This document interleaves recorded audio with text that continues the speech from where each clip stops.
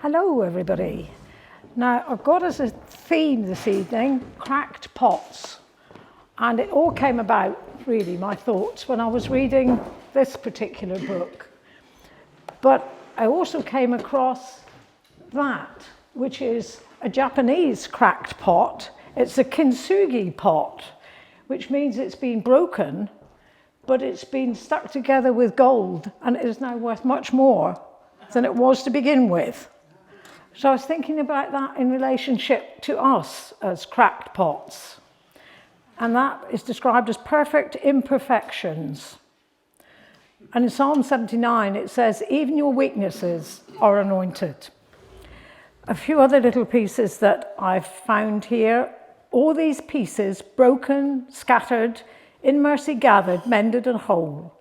You take our failure, you take our weakness, you set our treasure in jars of clay. And I will read you the bit from the story about the eunuch and Philip. And then I'll take her description of what she thought and how my thoughts went from there. Later, God's angel spoke to Philip. At noon today, I want you to walk over to that desolate road that goes from Jerusalem down to Gaza. He got up and went. He met an Ethiopian eunuch coming down the road. The eunuch had been on a pilgrimage to Jerusalem and was returning to Ethiopia, where he was minister in charge of all the finances of Candace, queen of the Ethiopians. He was riding in a chariot and reading the prophet Isaiah. The Spirit told Philip, climb into the chariot. Running up alongside, Philip heard the eunuch reading Isaiah and asked, do you understand what you're reading? He answered, how can I without some help? And invited Philip into the chariot with him. The passage he was reading was this: as a sheep led to slaughter and quiet as a lamb being sheared, he was silent, saying nothing. He was mocked and put down, never got a fair trial.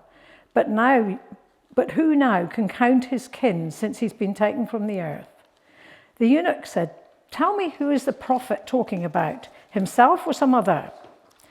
Philip grabbed his chance. Using this passage as his text, he preached to the eunuch. I'm going to take the papers out.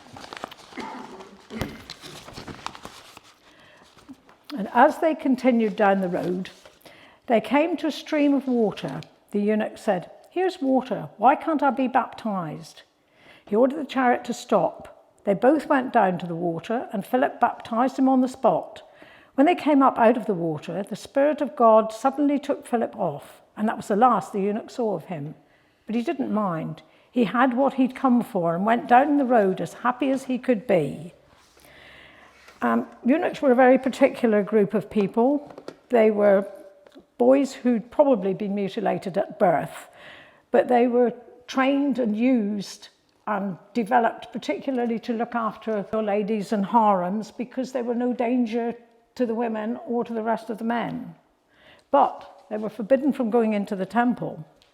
But Isaiah said about them, if you will keep my commands, I will give them joy in my house of prayer. For my house will be called a house of prayer for all nations.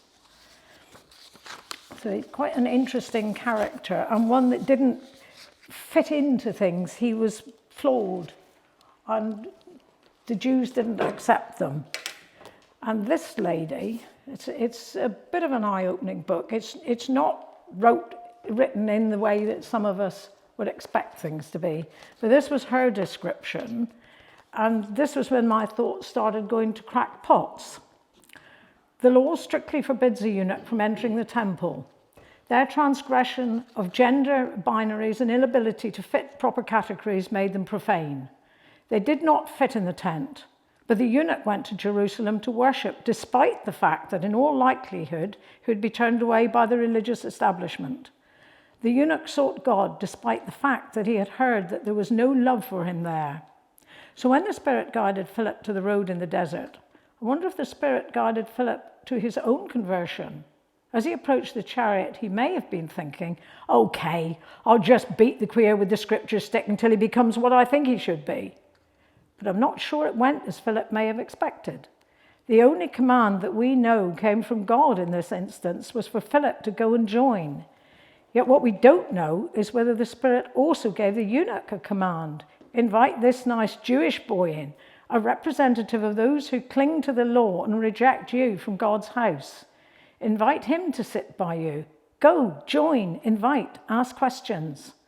Perhaps Philip, in this conversation with a gender transgressive foreigner, which consisted only of questions, learned what seeking the Lord really looked like in a way that could only be learned from someone who did it in the face of so much opposition and rejection.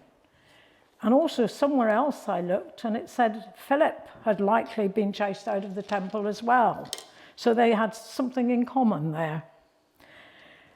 So going on from that, I was thinking about all the flawed people in the Bible. Nearly all the people who achieved something were badly flawed.